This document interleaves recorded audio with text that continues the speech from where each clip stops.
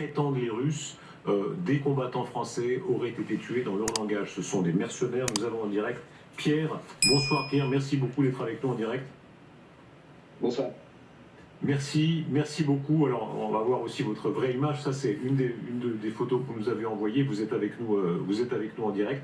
Un mot d'abord sur ce qui s'est passé là, à Kharkiv, quand les Russes prétendent, alors il y a eu des bombardements, c'est sûr, mais que des Français sont morts. Qu'en est-il? Non, mais ça, c'est de la pure propagande. Quand ils ont fait cette frappe, c'était le soir du 16, je crois. C'était dans le centre de Kharkiv, sur un immeuble d'habitation qui abritait des civils, des habitants de Kharkiv. Voilà, dans les derniers décomptes des services de secours, il y a eu 19 blessés, tous des civils. Et il n'y a eu aucun combattant, que ce soit ukrainien ou étranger, qui a été tué ou blessé, et aucun Français. Les quelques Français qui peuvent être sur place, en général, je suis en lien avec eux. Personne n'a jamais entendu parler de Français qui ont été tués. Et puis de toute façon, tout ça, ça s'inscrit dans la continuité de ce qu'ils font depuis des semaines. Kharkiv subit des frappes de missiles dans le centre, comme voilà, un rythme bien plus soutenu que ça a été le cas pendant un moment. Et à chaque fois, les Russes prétendent avoir tué des dizaines de combattants, et notamment des mercenaires étrangers, parce que c'est un point majeur de leur propagande. Vous me disiez, vous avez reçu quantité d'appels évidemment de familles, d'amis de France disant mais enfin qu'en est-il, est-ce que tu es vivant, etc. En réalité, là, en l'état de tout ce qu'on a, ce sont de fausses nouvelles. Oui, bien sûr, mais ça m'a un peu... alors bon, recevoir des appels de gens qui s'inquiètent pour vous, finalement, on ne peut pas leur reprocher, mais par contre, ce qui est un peu fatigant, c'est que les médias français aient repris immédiatement, sans recul, le communiqué du ministère de la Défense russe, voilà, sans vérifier au préalable, sans essayer de chercher des informations sur place. Et voilà, une fois que ça a été diffusé, la confusion est là, et le but de la propagande russe est déjà atteint, en quelque sorte. On peut vérifier l'information 4 jours après.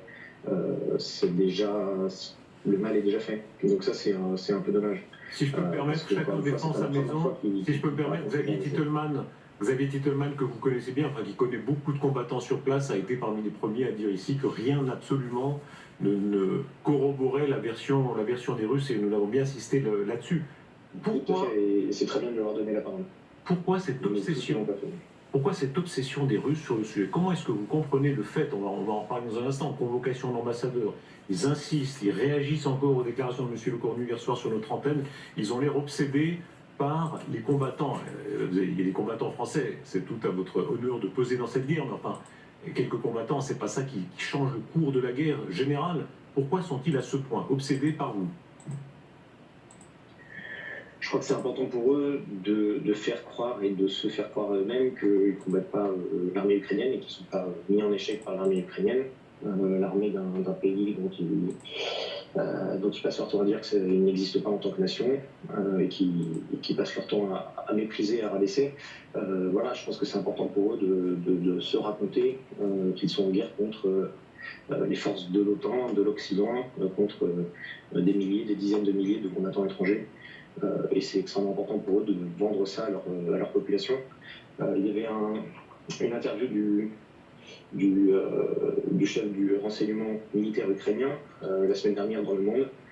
Et dans cette interview, il dit lui-même que ces services interceptent des rapports de renseignement russes qui expliquent, donc c'est pas de la propagande, c'est pas de la communication, c'est vraiment des rapports internes de l'armée russe qui expliquent qu'à chaque frappe de missile, ils tuent des dizaines de mercenaires étrangers. Et donc c'est ce qu'ils se font croire eux-mêmes, qu'ils sont en guerre en réalité contre l'OTAN et l'Occident. Restez avec nous, s'il vous plaît, Pierre. Deux militaires français sont avec nous, c'est Pierre Deyon qui reste avec nous, et aussi Général Trinquant. Bonsoir, mon général. Un regard d'abord sur ce que fait ici le combattant français. Pierre, tout à l'heure, Pierre Deyon disait, il faisait la comparaison avec les brigades internationales au temps de la guerre d'Espagne. Oui, tout à fait. Dès que la guerre a commencé, il y a presque 2 ans, je me souviens d'avoir été appelé par un certain nombre de Français qui partaient, qui cherchaient de l'équipement, qui cherchaient, etc., et qui partaient. Ça a été un mouvement assez rapide. Alors aujourd'hui, au bout de 2 ans, je ne sais pas combien reste. J'espère que pas trop ont été tués. Mais il y en a qui sont repartis, il y en a d'autres qui sont présents, on en entend un là.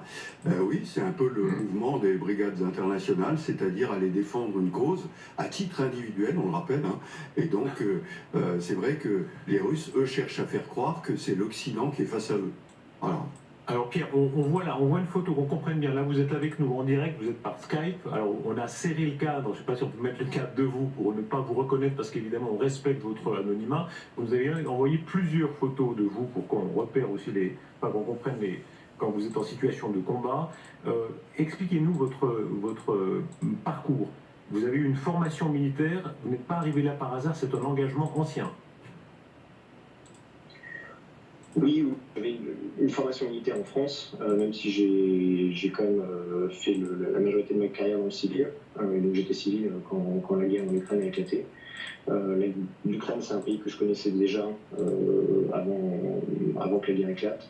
Voilà, j'ai des liens personnels. Et donc pour moi, ça a été une évidence quand la guerre a éclaté, de me dire qu'il fallait que je vienne faire ma part. Et aider un pays que je connais, que j'aime, et faire face à une agression qui est inacceptable et qu'on ne peut pas laisser gagner. Vous avez eu une formation importante aussi dans le civil, vous occupiez dans le civil un poste important, vous avez travaillé en Afrique et vous me disiez que ça a beaucoup compté dans votre conscience de l'affrontement avec la Russie, affrontement mondial qui n'est pas seulement sur le terrain de l'Ukraine. Oui, c'est vrai que j'ai pu quand même voir d'assez proche ce que font les Russes en Afrique et en particulier contre la France. Donc c'est vrai qu'il y avait cette conscience que la menace russe, elle n'est pas lointaine, elle n'est pas confin de l'Europe. Elle nous touche très directement. On est visé très directement comme adversaire, comme ennemi par les Russes. Et puis voilà, les troupes de Wagner qu'on a affrontées, notamment à Bakhmut l'hiver dernier, j'ai pu voir aussi ce qu'elles faisaient sur le terrain africain. Et l'insécurité, le chaos qu'elles engendraient en prétendant évidemment apporter de la sécurité à des populations qui sont souvent désemparées après des décennies d'instabilité. Pierre de Jong, vous avez beaucoup travaillé vous-même en Afrique, vous continuez. Ce que dit ici Pierre, tout à fait important. En réalité, c'est un affrontement qui n'est pas que, et d'ailleurs Sébastien Cornu le dit toujours, ce n'est pas seulement sur le terrain d'Europe. Alors c'est bon qu'il parle de ça, parce qu'il y a quelques jours, je parlais de la RCA, de la République centrafricaine, où il y a des gens qui sont avec des sociétés françaises présentes sur place et qui ont d'énormes difficultés avec Wagner, parce qu'il y a un vrai danger. Encore aujourd'hui. Oui, à l'heure où je vous parle, bien évidemment, il y a de vrais... Mais Prigojine est mort, mais pas Wagner. Alors, on va dire que c'est une mort lente, parce que dans quelques mois, quelques années, on n'en parlera plus, bien évidemment, ils ne sont pas décidés à rester, mais encore une fois, la structure existe, et elle est prééminente, et elle est extrêmement agressive. Pierre, un mot sur votre parcours, sur vos convictions. Vous me disiez, je suis un homme de droite, c'est intéressant, parce que, souvent, un conservateur, disiez-vous, je ne vais pas déformer vos propos, il y a des gens de droite pro-Poutine, il y a une droite pro-Poutine, il y a aussi une droite très anti-Poutine, y compris chez les combattants. Oui, il y a toujours des gens qui s'égarent. Je pense que la droite pro-Poutine, c'est une droite qui se dit souverainiste et qui donc voit dans l'ennemi de la France les États-Unis et qui par association voit dans tout ennemi ou tout adversaire des États-Unis des alliés potentiels.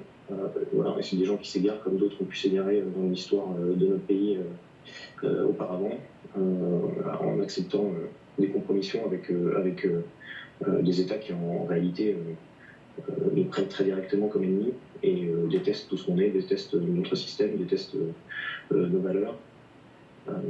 Et donc cette compromission-là, elle existe et il faut la voir et il faut la combattre chez nous. Un mot encore de ce que vous réalisez sur place. On n'est pas livré de secret sur votre nombre exact, etc. Mais la contribution au combat que vous amenez aux côtés de vos compagnons d'armes ukrainiens. Écoutez, voilà, les combattants étrangers sont dans différentes unités. Il y a la Légion internationale et ces différentes unités d'ailleurs, tous ne font pas exactement la même chose au sein de la Légion internationale. D'autres combattent au sein de brigades ukrainiennes de plus en plus. C'est un phénomène de plus en plus répandu ces derniers mois. voilà, des sections, des compagnies d'étrangers qui sont intégrés dans des compagnies, dans des brigades conventionnelles de l'armée ukrainienne. Donc après, selon la composition, selon les compétences, chacun mène des missions plus ou moins différentes. Après, ça reste en général des équipes qui sont dans des unités de combat, qui sont en première ligne sur le front. Et donc, moi, dans mon unité, on est plutôt en petites équipes à apporter des compétences particulières en appui aux unités ukrainiennes qui, elles, tiennent une partie du front. Voilà, donc ça va être de l'observation, du renseignement, du tir à longue distance, des capacités d'assaut sur certains objectifs particuliers, des capacités d'observation par drone, etc. Voilà, selon les différentes compétences des équipes. Pierre, vous êtes toujours avec nous. Peut-être question soit de Père de Jong, soit de Général Trinquant. Oui, vous avez évoqué Bakhmout il y a quelques minutes. Vous avez fait les combats de Bakhmout. Je veux dire, est-ce que les pertes qui ont été annoncées sont aussi importantes qu'on le dit, parce que vous étiez sur place, j'imagine?